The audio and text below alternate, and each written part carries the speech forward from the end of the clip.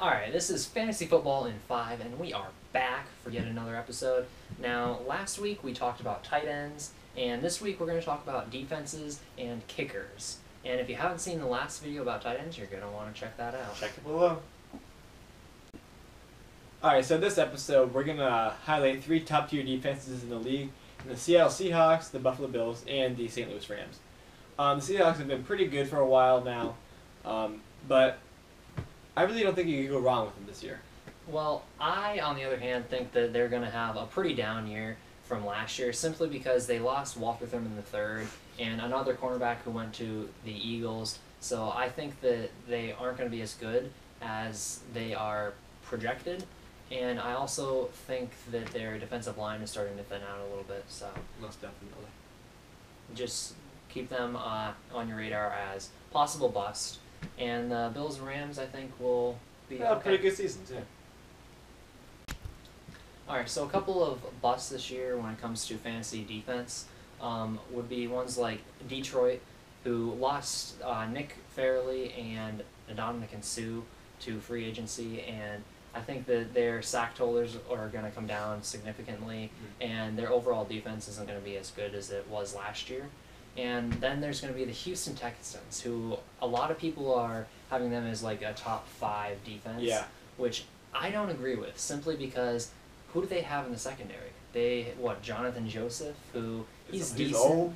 but he's old. Yeah, and I mean their linebackers are getting really old too. Brian Cushing, he hasn't been good in years, and Brooks Reed, he's getting older also.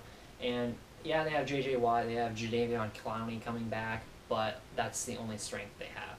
And then the Patriots, who I think it will not be as good as they were last year, obviously, because they lost Darrelle Revis, they lost Brandon Browner, they lost Kyle Arrington also. So their number 1 corner, I think, is going to be Malcolm Butler. Yeah. Which, that's not a very good, stable number 1 Can't really corner. rely on him. Yeah. Alright, so a couple of sleepers this year are the Jets and the Vikings. First off, the Jets. They got their secondary back when they grabbed Antonio Cromartie and Darrelle Revis from free agency, whom they both had previously on the team. Also, their defensive line is one of the best and strongest in the league.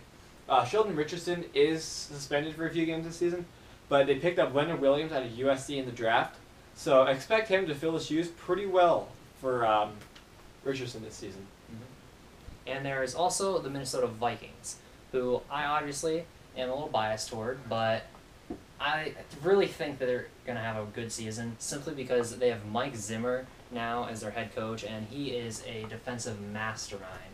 I mean, he moved their defense from like a low or a high 20s last year to this year. They were like I think around 13th or so in the league. 12th maybe. So they were definitely on the Uprise. uprise, yeah. And so this year I think they'll be a top 10 defense, definitely. And they have Trey Waynes coming in at cornerback to solidify the number 2 corner.